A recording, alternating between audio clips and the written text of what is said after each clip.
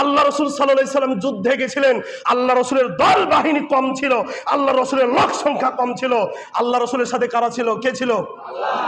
আল্লাহ রাসূল হেরেছেন? ভয় পান কেন? কয়দিন বাঁচবেন? কয়দিন বাঁচবেন? আমাকে লেখেন, খাতাতে লিখে দেন, কয়দিন বাঁচবেন?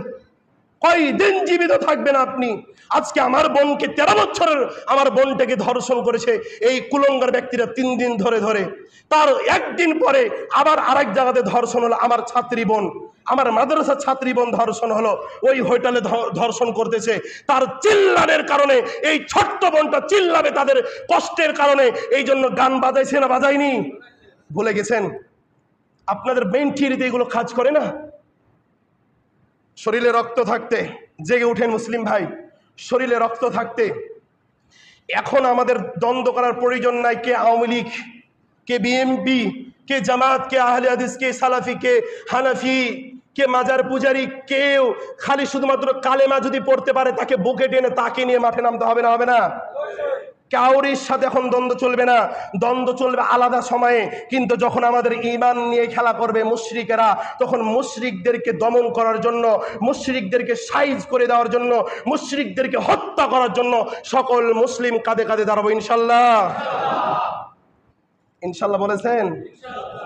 ইসলাম কায়েম করব বাংলাদেশে ইনশাল্লাহ। কিভাবে কায়েম করবেন? ভোট দিয়ে। তাওহীদের জ্ঞান কোনো মুসলিমের নাই। তাওহীদের কি নাই? জ্ঞান নাই। যাই হোক, এগুলো বিষয়ে যাচ্ছি না, সময় শেষ।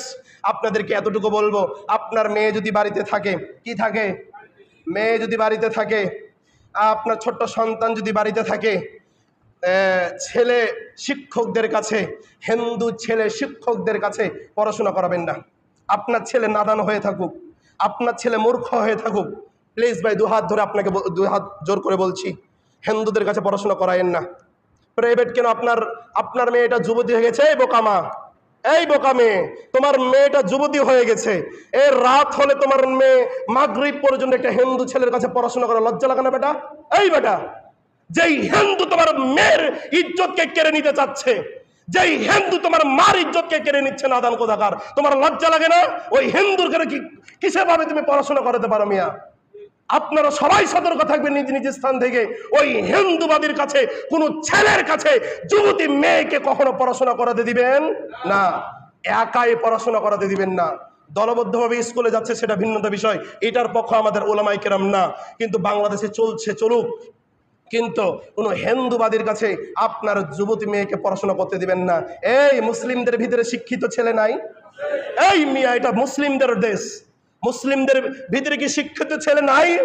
তারা কি ম্যাথ করতে পারে না? তারা কি ইংরেজি পড়তে পারে না? আপনার মেয়েকে কেন ওই হিন্দুবাদী ইহুদিবাদী তাদের কাছে পড়তে দিতে হবে মিয়া? অবশ্যই আজকে আপনাদেরকে বললাম, সবাই সজাগ থাকবেন। কোন সমাজে যদি ওলামায়ে কেরাম ডাক দেয়, আপনারা সবাই নিজের জীবনকে বাজি রেখে আপনারা সবাই নেমে যাবেন ইনশাল্লাহ।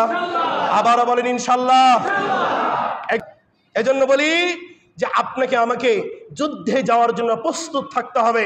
আপনাকে আমাকে যখনই কোরআনে পা দিবে, কে আওয়ামী লীগ, কে বিএনপি, কে জামাত, কে এনসিপি, কে আহলে হাদিস, কে হানাফি, কে সালাফি, কেউ দেখার বিষয় না।